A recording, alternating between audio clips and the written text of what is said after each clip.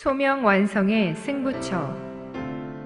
고린도전서 2장 1절에서 5절 말씀입니다.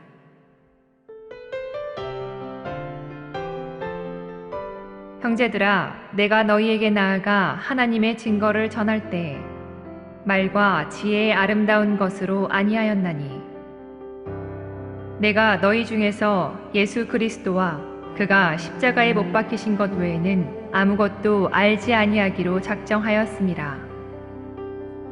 내가 너희 가운데 거할 때에 약하고 두려워하고 심히 떨었노라. 내 말과 내 전도함이 설득력 있는 지혜의 말로 하지 아니하고 다만 성령의 나타나심과 능력으로 하여, 너희 믿음이 사람의 지혜에 있지 아니하고 다만 하나님의 능력에 있게 하려 하였노라. 감사합니다.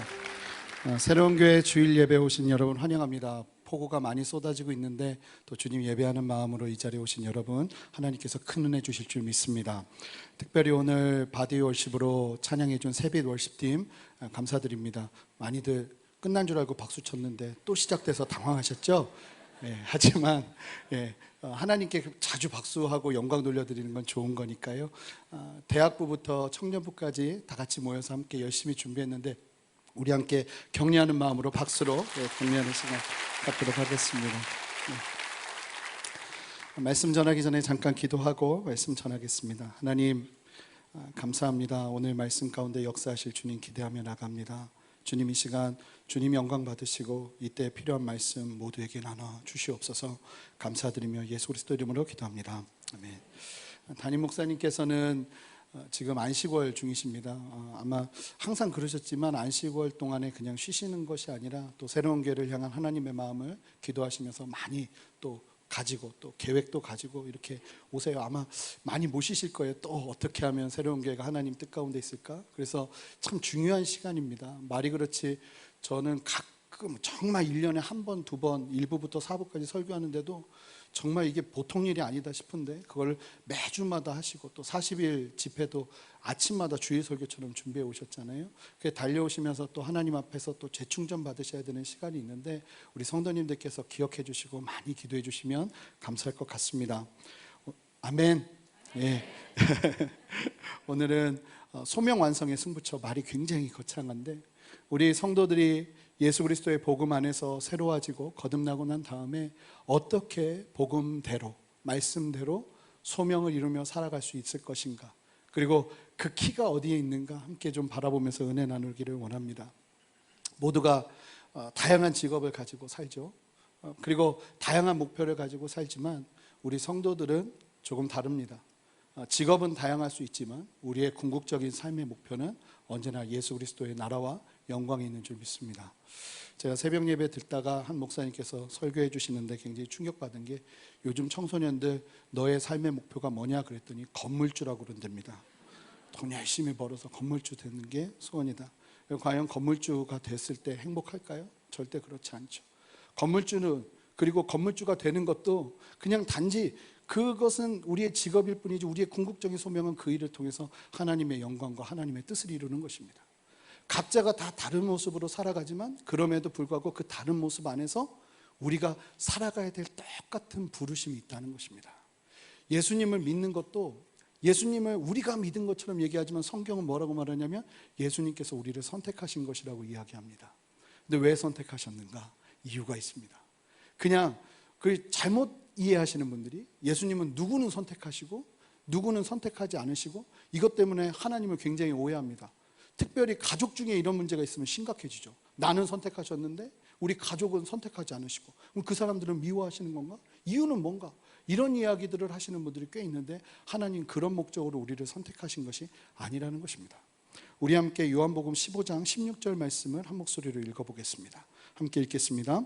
너희가 나를 택한 것이 아니요 내가 너희를 택하여 세웠나니 이는 너희로 가서 열매를 맺게 하고 또 너희 열매가 항상 있게 하여 내 이름으로 아버지께 무엇을 구하든지 다 받게 하려 함이라.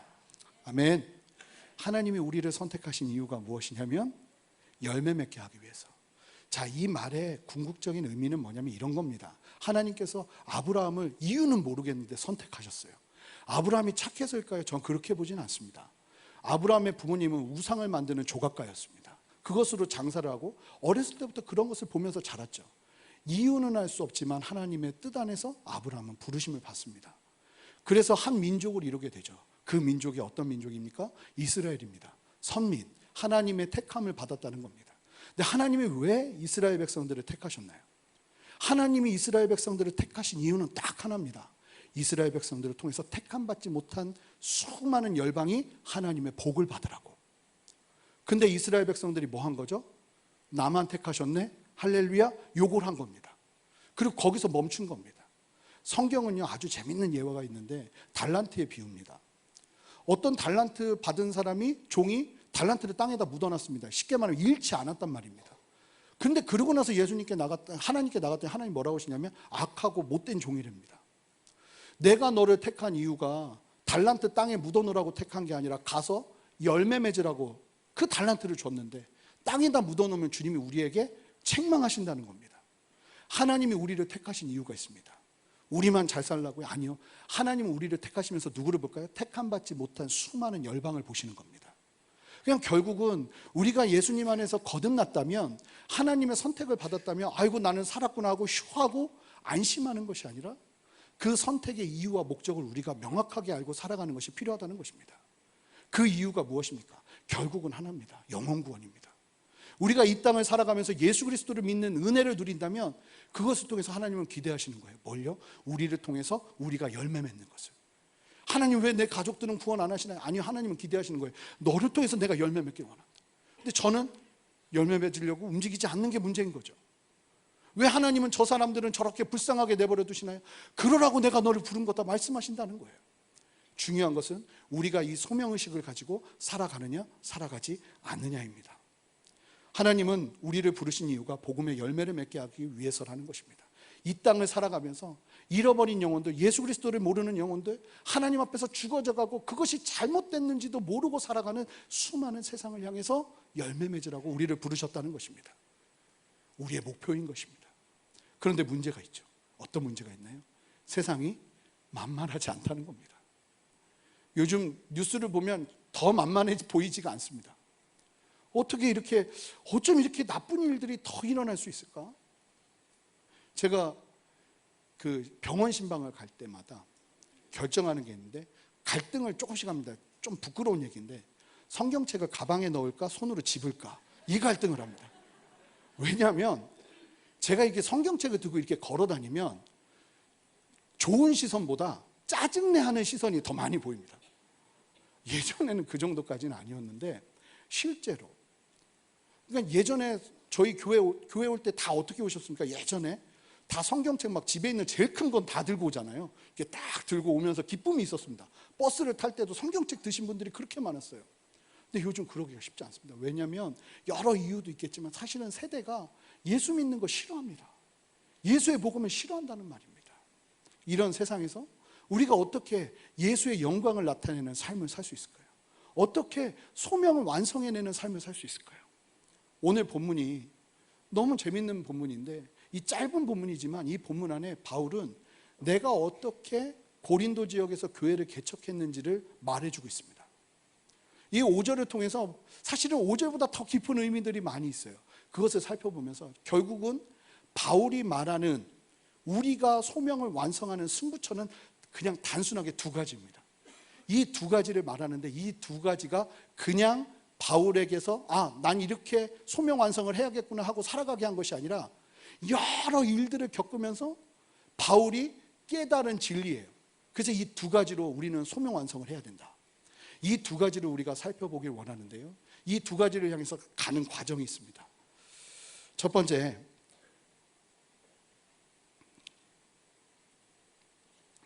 소명을 이루기 위해서 좋은 환경은 하나도 없다는 것을 기억하는 것이 필요합니다.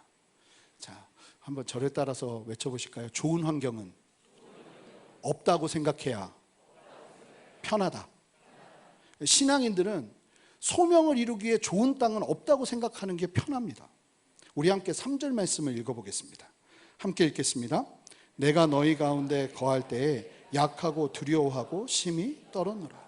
너희 가운데 거할 때, 이 너희 가운데 거할 때는요, 거기에 갔을 때, 내가 고린도 지역에 갔을 때부터 얘기하는 것이 아니라 가기 전부터 바울이 어떤 상태였냐면 약하고 두려워하고 심히 떨었답니다. 이 바울이 어떤 사람이냐면요, 말을 도대체 얼마나 잘하면 1차 전도행 때 루스드라라는 지역을 갑니다. 이 루스드라, 이거 엄청난 지역이 꼭 외우셔야 됩니다. 바울이 거기서 복음 전하다가 돌에 맞아서 죽은 줄 알고 버려집니다. 돌에, 그 유대 율법으로 돌에 맞아 죽는 건 돌이요, 그냥 요만한 돌이 아니고 사람 머리 크기만한 돌입니다. 이 돌로 사람을 어떻게 죽이냐면 들어서 찍습니다. 언제까지? 죽을 때까지. 너무 놀라셨나요? 이게 실제로 그래요. 그 바울이 어떤 상태였냐면 그렇게 찍힘을 당해서 이제 죽었구나 하는데 숨이 조금 남아있는 거예요. 성 밖에 버렸어요. 근데 그때 어떤 일이 벌어졌냐면 바울이 갑자기 로보캅처럼 이게 실제로 일어난 겁니다. 그리고는 루스드로라고 가서 복음을 전하죠. 근데 그때 복음을 전할 때 바울의 언변이 얼마나 대단했으면 이 루스드라 지역 사람들이 바울을 뭐라고 부르냐면 헤르메스 신이, 이 헤르메스 신이 어떤 신이냐면 이 그리스 신화에서 나오는 신인데 신들의 의견을 사람들에게 전달해주는 전령의 신이에요. 그러니까 말을 제일 잘하는 신이에요. 그러니까 뭐라고 말하냐면 바울을 보면서 이 헤르메스 신이 실제로 이 땅에 현현한 거다 이러면서 이 바울 앞에서 막 경배를 하려고 합니다. 그때 이제 그걸 막고 예수의 복음을 전하죠. 말을 도대체 얼마나 잘하면 저건 신이야, 사람이 아니야, 이런 얘기가 들릴 정도로 말을 잘하는 사람이 바울이었어요. 그런데 이 바울이 어디를 가는 거예요? 이 고린도 지역이 보통 지역이 아니거든요. 이 고린도라는 단어, 영어 단어로 고린티안이라는 단어를 그냥 치시기만 해도 고린도 지역이라는 뜻이 먼저 나오는 게 아니라 이런 뜻이 나옵니다. 지금도 고린디안이라고 하면 방탕한, 사치하는, 방탕자, 이런 뜻이 먼저 나옵니다. 지역 이름인데 얼마나 그 지역이 유명할 정도로 안 좋았으면 방탕자예요. 그냥 고린도 하면 방탕자. 이교도들이 강한 세력을 가지고 있었고요, 철학자들의 사면들과 교만함이 아주 극에 달해 있었습니다. 게다가 음란함과 문란함은 상상을 초월합니다. 그 당시의 고대 기록을 보면 이 고린도 지역은 아주 너무나 이 시대 당대 그렇게 문란한 지역이 또 있을까 싶을 정도로 걱정이 되는 지역이다라는 역사적인 기록들이 굉장히 많습니다. 그 고린도 지역을 가는 바울이 뭐라고 말하냐면 그 헤르메스라고 불렸던, 언변이 그렇게 뛰어났던 바울이 뭐라고 하냐면 복음을 전하려 했는데 내가 도착하기 전부터 약하고 두렵고 심히 떨었대. 심히 떨었다는 건 그냥 벌벌 떨린 겁니다. 고린도 지역에 들어오기 전부터 막 이렇게 떨면서 들어온 겁니다. 내가 여기서 어떻게 하나님의 복음을 전하고 하나님의 소명을 이루지? 이러면서 들어왔다는 것입니다. 실제로 우리들의 삶의 현실에서 정말 예수 그리스도의 복음대로, 예수 그리스도의 진리 안에서 하나님의 소명을 이루기 위해서 세상과 상대하면 어떤 일이 벌어질까요? 담대할 것 같으세요? 아니요, 그러지 않을 가능성이 굉장히 높습니다. 성경에서 보면 하나님의 뜻을 이루었던 사람들을 제가 한번 불러드려 볼게요. 아브라함, 야곱, 요셉, 다윗, 욥, 다니엘, 엘리야, 엘리사, 에스겔, 예레미야, 이사야. 여러분, 혹시 여러분 자녀를 위해서 기도하면서 하나님 우리 아들 요셉처럼 키워주세요, 이런 기도 할 수 있으세요? 요셉이요, 노예로 10년 생활했습니다. 감옥에서 그것도 아주 심각한 감옥에서 수년을 보냈습니다. 부모님에게 떠나서 완전히 버림받은 인생을 살았습니다. 지금 말한 사람 중에 복음 전하기, 하나님의 뜻을 이루기에 합당할 만한 좋은 땅에서 사역했던 사람이 한 명이라도 있나요? 아니요. 성경을 잘 보니까요, 어느 한 시대에 하나님의 말씀대로 살기 좋은 시대는 없었어요. 항상 하나님의 소명을 이루어 드리려니 약하고 두렵고 심히 떨리는 것이 지극히 당연하다는 겁니다. 하나님은 근데 잘 보면 항상 우리를 그런 상황 가운데로 인도하세요. 약하고 두렵고 심히 떨리는 마음이 있어야 우리가 겸손히 하나님을 바라보거든요. 정말 교회에서도, 저도 오늘 말씀을 전하지만 제가 이 계단을 세봤습니다. 이 계단이 4개거든요. 근데요, 청계산 오르는 것보다 힘들어요. 여기서 이제 말씀을 전하러 올라와야 되는데 와, 오늘 하나님 역사하시겠지 이런 생각보다 못하겠는데 마음이 막 일어나요. 어느 누가 제 생각을 듣기 위해서 여기에 오셨겠습니까? 아무도 안 계시죠. 여기서 아멘이 크게 나오면 그것도 좋은 건지 모르겠습니다. 다 제 생각 들으러 오신 거 아니잖아요. 하나님 말씀 들으러 오신 거잖아요. 여기에 올라오는데 그 말씀을 내가 제대로 전할 수 있을까 막 심이 떨려요. 성도님들 앞에서 하는데도 그래요. 근데 우리는, 성도님들은 이제 주일날 나가서 세상에서 누구를 만나야 돼요? 하나님이 주신 복음을 가지고 세상 사람들을 만나야 돼요. 왜 하나님이 내가 찾는 심령은 상한 심령이라고 말씀하셨을까요? 하나님의 말씀대로 살면 상하지 않으면 이상해요. 상하지 않을 수가 없어요. 항상 자신 있을 수가 없어요. 이 산 넘었다 싶으면 또 산이 나타나요. 그 앞에서 심히 두렵고 떨리는 마음으로 주 앞에 나가는 거예요. 그런데 그거 아세요? 그 심히 떨리고 두려운 마음이 있을 때가 안전할 때입니다. 운전을 배우는 사람들이 사고가 언제 제일 많이 나느냐? 운전 배우고 3년 지나고 나서가 사고가 제일 많이 난답니다. 그때가 언제인지 아세요? 내가 운전 좀 잘하네 라는 생각을 할 때입니다. 자신이 뭔가를 할 수 있다고 느끼는 그때에 겁없이 운전하기 시작하다가 사고가 난대요. 잘 보세요. 오히려 한적할 때 쓰러지는 다윗을 보십시오. 예수님을 위해 내가 대신 죽을 수 있습니다 라고 자신 있게 말했던 제자들의 최후를 보십시오. 다 도망갔습니다. 내가 무엇인가 할 수 있다고 생각하는 그때가 어쩌면 위험한 때예요. 우리에게 정말로 필요한 것은 무엇일까요? 하나님, 오늘도 나에게 이렇게 도전하시는데 내가 이 말씀 갖고 어떻게 세상에 나갑니까? 못 살겠습니다. 이 말씀대로 나 살면 죽을 것 같습니다. 그런 심히 두렵고 떨리는 마음이 당연히 있어야 되죠. 항상 예수 믿으니까 편하고 좋기만 한다 그러면 돌아보셔야 됩니다. 내가 정말 예수님을 잘 믿고 있는가? 실제로 정말 예수의 말씀대로 내가 살기 위해서 끊임없이 씨름하고 그 말씀을 가지고 세상과 상대한다면 이 마음이 우리 안에 계속 오는 거예요. 재밌는 게요, 사역도요, 야 오늘은 뭔가 일어날 것 같아. 막 준비하는데 준비할 때부터 막 뭔가 자신감이 있어요. 그런 때는요 꼭 저희 말로는 이게 거의 이렇게 죽을 씁니다. 성도님들 아침에 배고프시고 힘든데 죽 드시라고 죽을 이렇게 막 쓰는 거예요. 막 오늘은 자신 있어. 오늘은 좀 뭘 할 수 있어. 이런 생각 가지고 주의 말씀을 대하고 주의 일들을 대하잖아요. 실패해요. 쓰러져요. 한 번은 제가 예전에 찬양 집회를 하는데 오늘 막 집회 준비 때부터 너무 은혜가 많고 오늘 뭔가 할 수 있을 것 같아. 야 오늘 엄청난 일이 일어나겠다 했는데 회중이 우리가 선 숫자보다 더 적게 왔어요. 서로 하늘을 쳐다봅니다. 공간은 넓은데 사람이 너무 적으면 서로 이렇게 하늘을 쳐다봐요. 눈을 마주치지 않습니다. 막 좌절하는 거죠. 낭망하는 거죠. 근데 보면 꼭 그래요. 차라리 약하고 두렵고 심히 떨린다면 하나님의 은혜가 우리와 함께 할 수 있어요. 그때 우리가 뭘 할까요? 본능적으로 주님을 붙잡습니다. 그런데 잘 보면요, 바울이 왜 약하고 두렵고 떨렸는지를 이야기하는 것을 들어보면 그 이유를 알 수 있어요. 두 번째, 성도들에게 실패한 주님의 뜻을 발견하는 배움의 문이 된다는 것을 우리가 좀 기억했으면 좋겠습니다. 우리 함께 1절 2절 말씀입니다. 한 목소리로 읽겠습니다. 시작. 형제들아, 아름다운 것으로 아니하였나니 내가 너희 중에 예수 그리스도의 그가 십자가에 못 박히신 것 외에는 아무것도 알지 아니하기로 작정하였습니다. 뭐라고 말하냐면 아주 재밌는 이야기를 하는데, 내가 말과 지혜로 하지 않겠다. 말과 지혜의 아름다운 것, 그러니까 최고의 말의 능력, 세상의 지혜로 하나님의 일을 하지 않겠다는 거예요. 4절에 또 그 얘기를 또 합니다. 4절에 보면 내 말과 전도함이 설득력 있는 지혜의 말로 아니하고, 오늘 본문에서 제일 많이 나오는 말이 이 얘기예요. 내가 말과 전도함이 설득력 있는 지혜로 하지 않겠다. 왜 이처럼 강하게 강조하는 것일까요?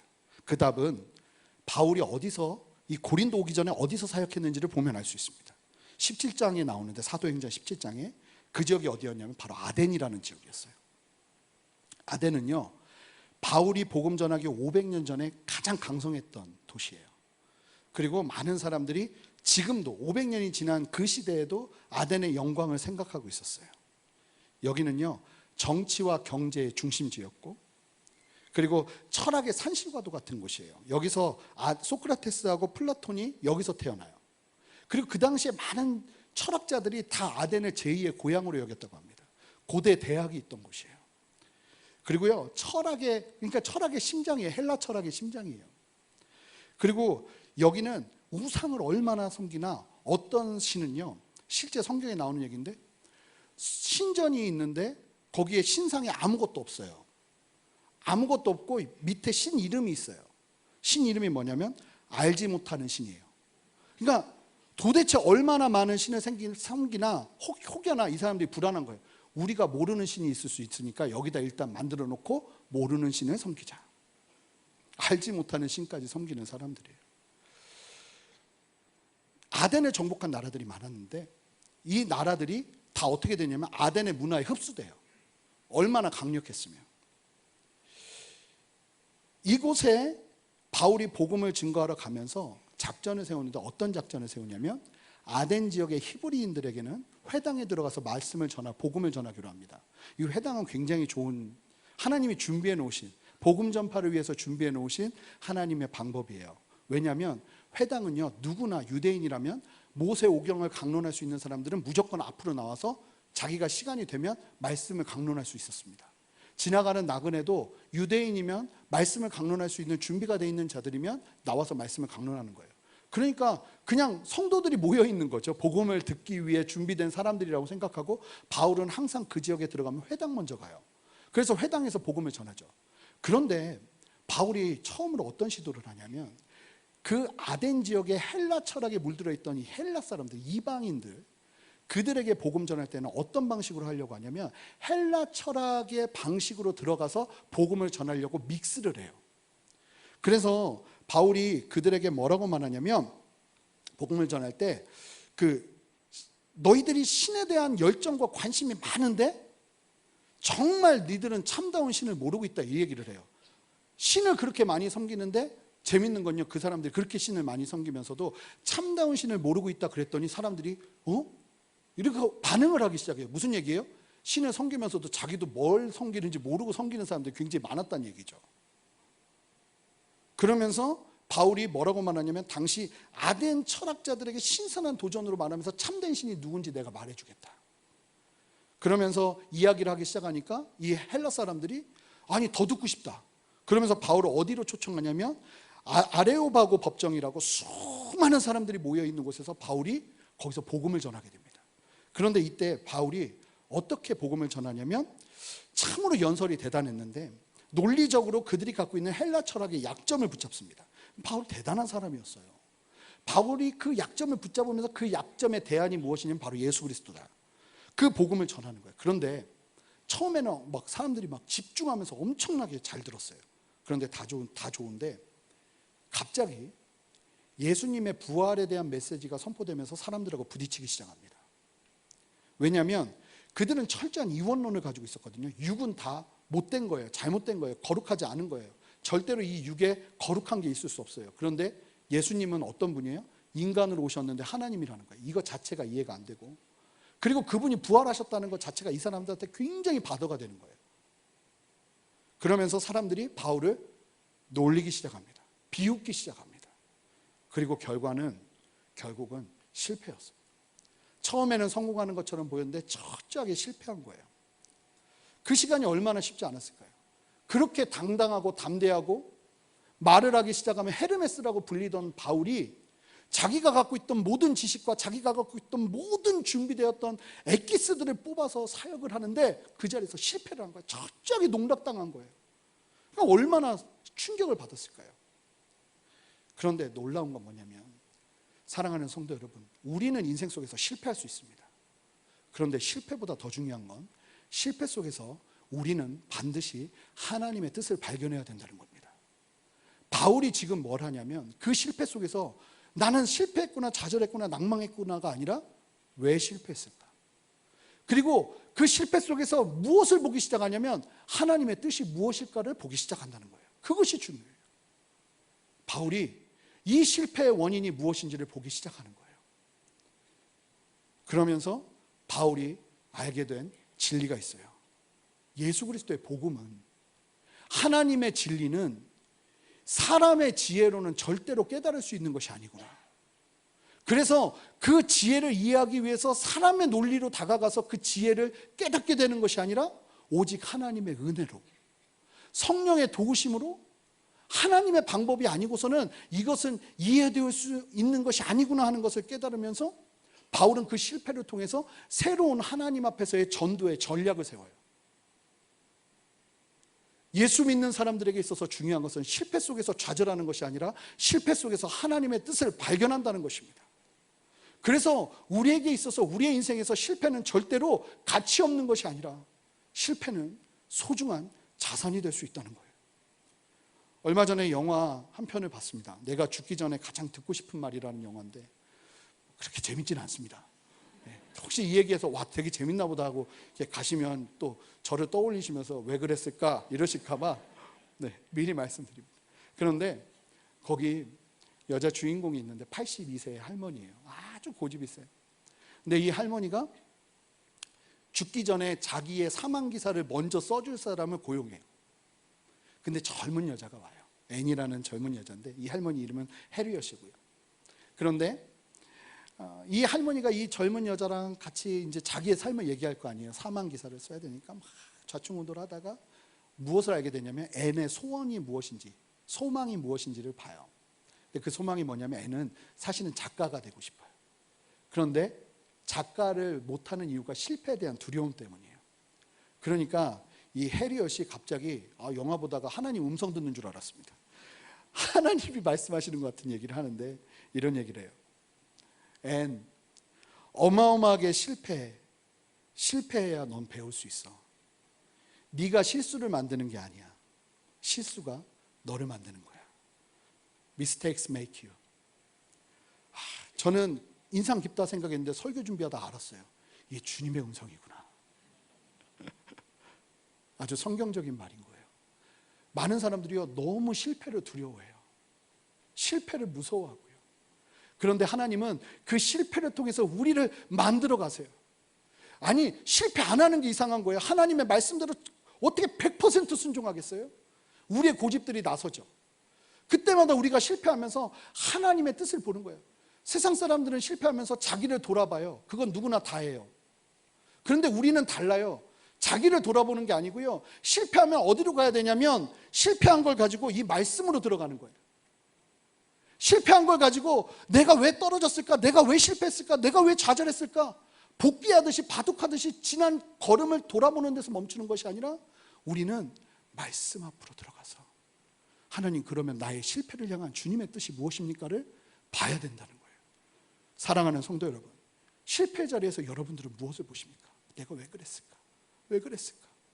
아니요. 우리가 보아야 될 것은, 실패의 자리에서 우리가 가야 될 것은 바로 진리 되신 예수 그리스도의 말씀인 줄 믿습니다. 하나님의 그 말씀 앞으로 나갈 때 하나님이 무엇을 우리에게 가르쳐 주시는데 네가 왜 실패했는지, 네가 무엇이 문제였는지 이 말씀을 통해서 발견하면서 그렇구나, 내가 이것이 문제였구나. 그러면 뭐 하면 되는 거예요? 다시 돌이키면 되는 거예요. 근데 바울이 그 실패의 자리에서 배운 게 뭐예요?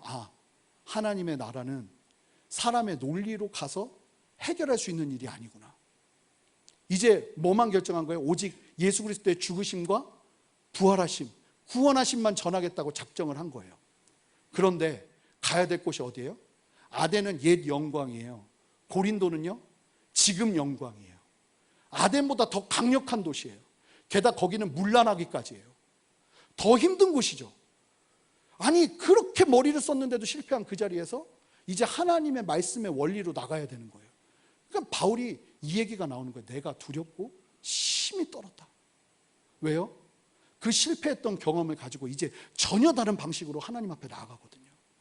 두려운 거죠. 무서운 거죠. 사랑하는 성도 여러분, 왜 심히 떨립니까?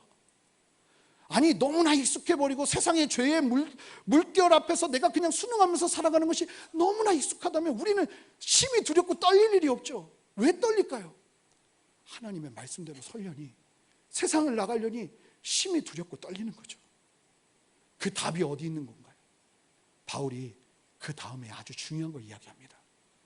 정말 하나님의 복음과 예수 그리스도의 말씀, 결국은 우리가 똑같은 얘기죠. 오직 예수 그리스도의 이 말씀만 가지고 살아가면 우리는 승리할 수 있는가? 어떻게 승리할 수 있는가? 아니, 우리의 힘으로는 절대로 승리 못해요. 바울이 아주 중요한 이야기를 합니다. 우리 함께 말씀을 볼 텐데요, 4절 5절 말씀입니다. 함께 읽겠습니다. 내 말과 내 전도함이 설득력 있는 지혜의 말로 하지 아니하고 다만 성령의 나타나심과 능력으로 하여 너희 믿음이 사람의 지혜에 있지 아니하고 다만 하나님의 능력에 있게 하려 하였노라. 하나님의 오직 예수 그리스도의 죽으심과 부활하심과 우리를 구원하심, 그 복음만 가지고 나가면 실패할 수 있어요. 거기에 뭐가 있어야 될까요?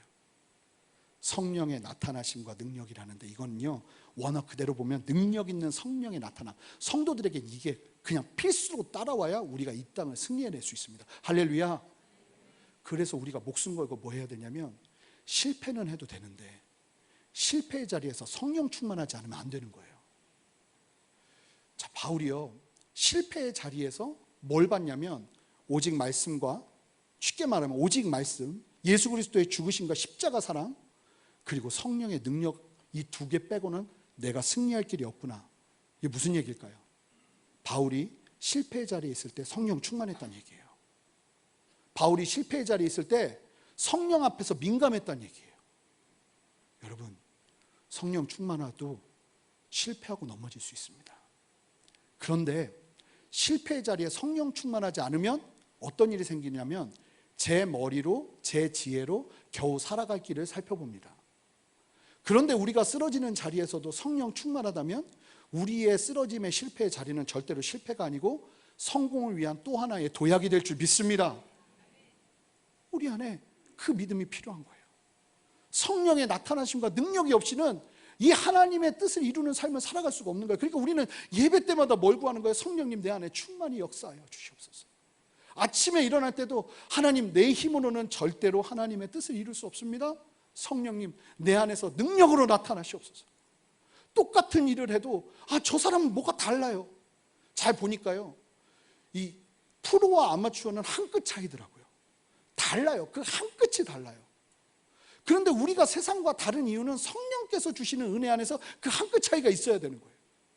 아니, 같은 글을 써도, 아니 같은 이야기를 해도, 아니 같은 말을 해도 뭔가가 조금 달라요. 그거 뭘까요? 성령이 충만하면서 나타나는 성령의 능력이 우리 안에 있어야 된다는 것입니다. 실패의 자리에서 자신의 실수를 되짚어보는 수준이 아니라 성령의 충만 속에서 이 말씀을 대하면서, 하나님의 진리를 대하면서 바울은 그 시간을 가진 거예요. 이 실패를 통해서 하나님이 내게 말씀하시는 바가 무엇인지를 본 거예요. 능력 있는 성령의 나타남, 이것이 말씀과 함께 할 때 내가 이것으로만 살 수 있는 것이구나. 사랑하는 성도 여러분, 가정에서, 직장에서, 세상에서, 교회가 아니면 우리가 보여줄 수 있는 것이 무엇일까요? 세상 사람들이 우리한테 세상보다 더 화려한 무엇을 요구할까요? 아니요. 세상과 다른 것. 그런 얘기 정말 많이 듣습니다. 그렇게 막 방탕하기를 옆에서 원하는데 막상 방탕하면, 예수 믿는 사람이 방탕하면 실망한대요. 세상 사람들이. 무엇인가 조금은 달랐으면 하는 기대들이 있는 거예요. 우리가 살아낼 수 있는, 이 땅을 살아나면서 살아낼 수 있는, 전 이 은혜가 필요하다고 믿습니다. 바울이 결국은 실패를 거듭하면서 내린 결론은 단순해요. 결국은 내가 하는 게 아니구나, 내 언변으로 하는 게 아니구나, 내 능력으로 하는 게 아니구나. 이 사업도, 아니면 우리가 살아가는 직장 생활도 결국 내가 그렇게 몸부림치면서 바둥바둥하면서 걸어내도 비슷한 내용 아니겠어요?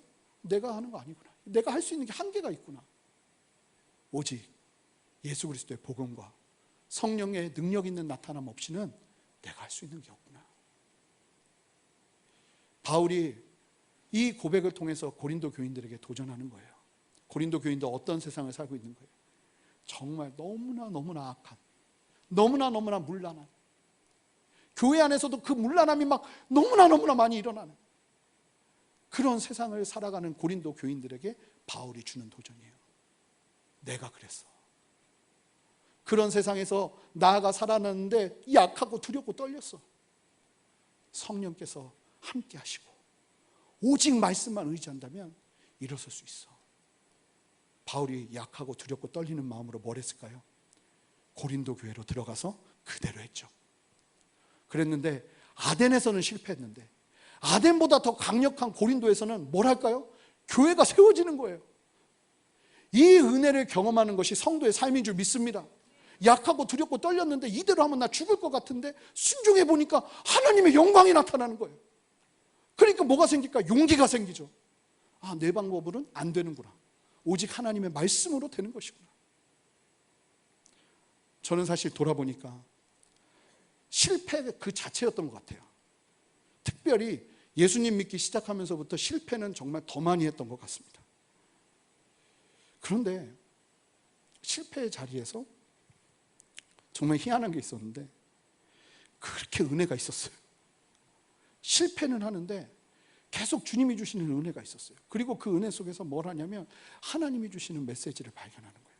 한 번은 제가 20대 때인데 설교를 하다가 제가 또 그때 유명하게 목사님들이 칠판에 막 뭐 쓰시는 게 그게 막 그렇게 보기 좋아서 저도 칠판 준비해달라고 해가지고 칠판을 쓰는데 내용은 뭘 썼냐면 좋은 거 나쁜 거 쓰는데 굿하고 배드 썼습니다. 그런데 배드를 침대를 써버렸어요. 좋은 거 굿 이렇게 하고 딱 쓰고 배드 하는데 침대를 딱 써버렸죠. 그런데 성도님들이 막 웃은 거예요. 그런데 저는 더 무식해서 왜 웃는지를 몰랐어요. 이게 왜 웃기지? 이러면서 계속 설명을 했어요. 그러고 났는데 설교가 끝나고 알았어요. 내가 바보짓을 했구나. 다음날 또 그곳에서 설교를 해야 되는데 밤에 잠이 안 오는 거예요. 그 웃었던 사람들의 얼굴이 다 떠올라요. 그때 웃었던. 지금 마음껏 웃으셔도 됩니다. 괜찮습니다. 막 하면서 내가 왜 그랬을까? 밤새도록 너무 내가 싫은 거예요. 막 모두가 날 비웃을 것 같아요. 그 다음날 올라오면 모두가 날 비웃을 것 같아요. 그래서 밤새도록, 정말로 밤새도록 기도하면서 뭐라고 하냐, 하나님 나 못하겠어요. 그랬더니 주님이 그때 저에게 주셨던 주님의 음성 같아요. 너 하는 거 하나도 없어. 지금까지도 너 한 거 하나도 없어. 그냥 너 내가 하라는 것만 해. 아무도 너 보러 안 와. 나 보러 오는 거야. 아니 근데 맞는 거예요. 그 말씀이 맞는 거예요. 아무도 나 보러 온 게 아니에요. 예수님 보러 온 거죠. 예수님의 은혜가 필요하니까 온 거죠. 그런 시간들을 통해서 뭘 하냐면 하나님이 주시는 레슨이 그냥 내 안에 남는 거예요. 근데 그 레슨이요, 하도 실패를 많이 하니까 점점 쌓여요. 어떤 일이 벌어지냐면 이 실패 전문가가 되는 거죠. 실패한 사람들이 만나면 나랑 비슷한 이유들이 많은 거예요. 그럼 같이 사역하고 같이 말씀 나누면서 줄 수 있는 은혜들이 많더라고요. 하나님이 우리를 실패의 자리 가운데 놓는 것이 너 실패하고 좌절하고 낭망해서 쓰러져라 이러면서 주시는 걸까요? 아니요. 실패의 자리에서 하나님은 기대하세요. 자, 이제 내 뜻을 발견해라. 그리고 나랑 같이 일어나자. 다른 게 아니라, 그러니까 우리가 살아가는 삶 속에서 하나님은 단순한 거 두 가지, 오직 말씀과 성령의 충만, 이 두 가지만 구하면 너 나가라. 이거 빼면 시체다. 이거 우리에게 가르쳐 주시는 거예요. 실패할 때마다 하나님이 주시는 레슨. 사랑하는 성도 여러분, 세상에서 소명을 이루려니 쉽지 않으시죠? 우리의 소명 완성의 승부처는 바로 나는 아무것도 아닙니다. 주님이 내 인생의 전부입니다. I am nothing, God is everything. 하나님이 우리의 모든 것 되십니다. 바울이 아덴에서 실패하고 아덴보다 더 크고 화려한 도시 고린도로 갈 때에 성령께서 주신 감동을 따라, 자, 이제 내 방법 쓰지 말아야겠다. 오직 복음과 성령의 나타나심만 구하기로 결정했을 때 얼마나 두렵고 떨렸을까요? 바울이 그 두려움을 뒤로 하고 순종하였을 때 그가 하나님의 일을 보게 되죠.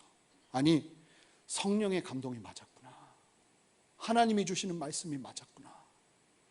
오늘 이 말씀을 통해서 하나님이 내게 주시는 그 은혜가 맞았구나. 감동을 어디서 하셔야 되냐면요, 여기서 하시면 안 되고 이제 가셔서 한 수요일쯤 하셔야 됩니다. 여기서 이 말씀 맞네 하고 가서 잃어버리시는 것이 아니라 이 말씀을 이제 가지고 두렵고 떨림으로 월요일을 시작하시는 거예요. 그리고 수요일 목요일쯤 돼서 이 말씀이 맞았구나, 그 감격으로 돌아오는 거죠. 그렇게 우리가 살아내기 시작할 때 성도의 삶이 성도다워지는 줄 믿습니다. 여러분, 실패를 두려워하지 마십시오. 혹시 이 자리에 실패해서 좌절해서 낭망해서 이 자리에 계신 분들 계십니까?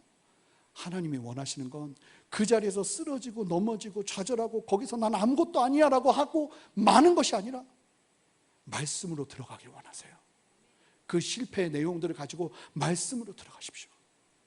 그리고 경험하세요. 하나님이 주시는 레슨을 경험하세요. 그리고 그 레슨을 가지고 어떻게 하는 거예요? 주님 바라보며 두렵고 떨리지만 그 말씀대로, 내가 예전의 모습대로 또 돌아가지 아니하고 하나님의 말씀대로 순종하며 살아가기로 결정하는 그 은혜가 저와 여러분에게 함께하기를 주님의 이름으로 축복합니다. 함께 기도하시겠습니다. 하나님, 감사합니다.